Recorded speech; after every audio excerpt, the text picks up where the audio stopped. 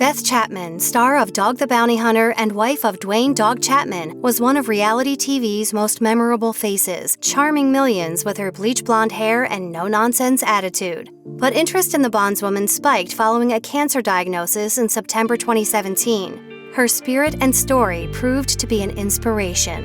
It might sound like a made-up story, but Beth Chapman met her future husband all thanks to a lemon. Here's what happened. In 1988, a 19-year-old Beth accidentally shoplifted the fruit while grocery shopping. As Duane Chapman shared in his 2007 autobiography, she was standing online at the grocery store waiting to pay for the lemon when she received a page on her beeper from her boss. This was before cell phones, so she got out of line to use the payphone, still holding the lemon. Store security nabbed her on the spot for shoplifting. The incident wouldn't have been a big deal, but Beth was also caught with her boyfriend's unregistered, unlicensed gun, which Duane claimed she'd taken for safety reasons. Making things even worse, Beth was found to have a warrant out for her arrest due to unpaid parking tickets. So she went to jail, where she met Duane, her bail bondsman and future husband. Though the bounty hunter was married at the time, Beth later said she felt they'd be together one day. Duane joked in his memoir, "Beth loves to tell people that the minute she laid eyes on me in the office that day, she knew I would be her man." Despite their chemistry, the couple's romance didn't blossom immediately. Both Beth and Duane spent time married to other people, occasionally stepping out with each other over the years in an off-and-on relationship. They finally ended up making things official with a televised wedding ceremony in 2006. It's no secret Duane Chapman was the love of Beth Chapman's life, a sentiment she professed numerous times. But before Duane entered the picture, she was married to someone else, Duane's old buddy, Keith Barmore. Small world, huh? The bounty hunter opened up about the interesting connection in his first book, You Can Run But You Can't Hide, explaining that he was dubious about the former couple's relationship from the start since he'd witnessed Barmore's reported bad behavior during their teen years. Duane claimed in the book that, quote, Keith was no better as an adult than he was as a punk kid. He was a thief with a heroin habit. He would drink beer just to even out from the drugs. It just about broke my heart when I heard Beth was dating him. When I heard they got married in 1991, I got physically sick. There couldn't have been two people in the world who were worse together than Beth and Keith. According to Duane, Beth was allegedly stuck in an abusive relationship, writing, quote, friends told me he was abusing her something awful. Luckily for Beth, she eventually found love with Duane. As the old saying goes, love works in mysterious ways. Speaking of Beth Chapman's ex-husband, she was supposedly unfaithful to him during their marriage, leaving him behind to see Duane instead. According to what Duane claims in You Can Run But You Can't Hide, his attraction to Beth was apparently too strong to avoid infidelity. He was also married to a woman at the time named Tawny, his fourth wife. Obviously, neither of their spousal relationships ended up working out. As Duane put it, truth be told, Beth and I were sleeping together the entire time I was married to Tawny and throughout her marriage to Keith. Beth used to jokingly threaten to take our motel bill to the office and show it to Tawny unless I promised to show up and spend more time with her. I always had Beth book the room in her name, just in case. The reality TV star went on to allege that it was Beth who was the pursuer in their relationship, writing, even though we were both married, Beth was still in hot pursuit of my affection. After she got her bond license, she began writing some pretty sketchy bail, so I would have to chase down her guys if they skipped. She was looking for high-risk guys to make sure she saw as much of me as she could. While Beth herself never addressed Duane's claims, we wouldn't be surprised if they're true. It's clear these two were always destined to be together. For nearly a decade, Beth and Duane Chapman chased down Hawaii's fugitives on A&E's Dog the Bounty Hunter before switching over to CMT to help train other bail bond agents in Dog and Beth on the Hunt. Alongside their swift rise to fame, Beth herself accumulated a reported net worth of $2 million. Honestly, we got very, very lucky. We still are very lucky, and there's no words to explain how it happened. But fame and fortune wouldn't have meant much without their family and adoring fan base.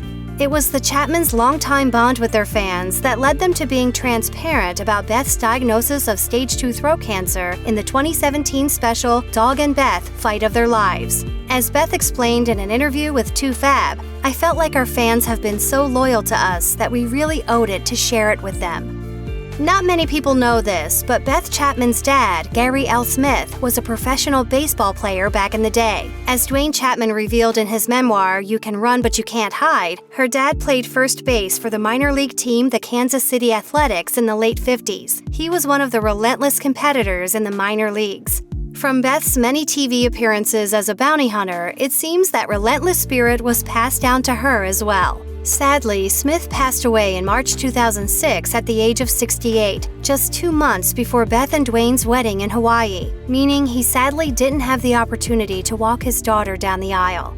It goes without saying, the loss hit Beth hard, especially since the two appear to be very close. Beth wrote a heartfelt tribute to her late father on Facebook in 2016, saying, "To me, he was my garage sale buddy, my burger joint partner, ice cream eater, green chili maker, and my best friend. But mostly, he is my dad, and he's always with me." Though the news was devastating, Beth Chapman approached her cancer battle with a positive attitude. She wrote in an email to her friends, "My life has never been easy, and I surely don't expect it to start now. Still, I've never been a victim, and I won't let cancer beat me." This outlook continued when her cancer returned in November the following year, following a period of remission. Beth told the Honolulu Star-Advertiser, "Even though the outlook is grim, I just don't want to live it like that. I'm a strong fighter, big-time survivor, and I'm gonna fight this as vigorously as it's fighting me." She also discussed her mindset to Hawaii News Now, crediting her faith with giving her strength in her cancer battle. She told the publication, "I think that faith and fear void each other out, so you have to pick one." Determined not to let her illness slow her down, Beth continued to work alongside her doting husband and filled her social media accounts with inspirational posts. Duane Chapman later told the Daily Mail, "I am so amazed by Beth's strength. She has told me repeatedly that if these are her last days on Earth, she wants to spend every moment with me on the hunt, living life to the fullest and enjoying the time we have left together." For the last 4 days, I've been chasing bad guys in the Big Island, and I didn't even notice that I was sick. Beth Chapman was never one to shy away from a battle. It's a character trait she demonstrated in February 2019 when she accused a Hawaii Power 104.3 radio station host of mocking her cancer fight. While it's not clear what was allegedly said on the program, Beth seemed to imply that the host in question had encouraged listeners to send in bad or negative stories about their encounters with Beth and Duane Chapman in exchange for tickets to see rapper Eminem in concert. Writing on Twitter in response to the programming, Beth wrote, "How low do you have to be to talk bad about a woman fighting lung cancer? Giving away Eminem tickets for your worst story about us? Really?" The reality TV star went on to encourage her followers to call the station's advertisers, arguing that it was the best course of action because, quote, "advertisers don't like controversies, and they hate phone calls about stations that are acting this way." Meanwhile, Beth's followers commended her efforts, with one fan writing, "You go, Mrs. Dog. Nobody messes with you." Fans of Dog the Bounty Hunter probably already know that Beth Chapman and stepdaughter Lisa Chapman didn't always get along. It's not exactly clear what sparked their alleged feud, but it might have had something to do with Lisa reportedly opting not to visit Beth after she had a tumor removed from her throat in late 2017. According to Entertainment Daily, the daughter of Duane Chapman seemed to defend her actions in the comments section of an Instagram post that November, citing her own life responsibilities as a reason why she failed to visit. She added, quote, "I stand by my decision to stay with my family and not let the cancer eat away at my home as well." Sadly, the pair's reported feud continued into May 2019, when Beth seemed to accuse Lisa of icing her out. She wrote in a Twitter post, quote, "I'm very disappointed today," adding a claim that Lisa failed to, quote, "acknowledge me on Mother's Day, yet texted some of my friends wishing them a happy Mother's Day." The former reality star also complained that Lisa left her out of her granddaughter's graduation ceremony, writing, quote, "I would have moved a mountain to be there." Despite the apparent bad blood, Lisa sent out her support on social media when Beth was placed in a medically-induced coma a month later, sharing a snapshot of the two on Instagram and tweeting out the hashtag #KeepFightingBeth. While Beth initially tried chemotherapy to treat her cancer, she came to reject it over time, telling an audience of churchgoers in May 2019, quote, "Chemotherapy is not my bag, people."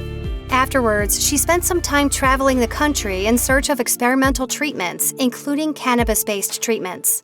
There's lots of treatments out there. Some of them are more harmful than others. Some are going to work better than others. And a lot of that stuff is not available here. So I have to travel. In the days leading up to Beth's death in June 2019, she'd been rushed to the Queen's Medical Center in Honolulu, Hawaii, and placed under a medically-induced coma due to complications stemming from her cancer. According to TMZ, she'd suffered a respiratory issue that became a choking emergency. Not long after Duane Chapman asked for their fans' prayers on Twitter, multiple reports claimed his wife's prognosis did not look good. Sadly, Beth passed away on the morning of June 26th at the age of 51. In a heartfelt tribute to his wife, Duane tweeted, "It's 5:32 in Hawaii. This is the time she would wake up to go hike Coco Head Mountain. Only today, she hiked the stairway to heaven. We all love you, Beth. See you on the other side." A rep for the Chapman family later told People that at the time of her death, Beth was, quote, surrounded by family, and Dog was there holding her hand.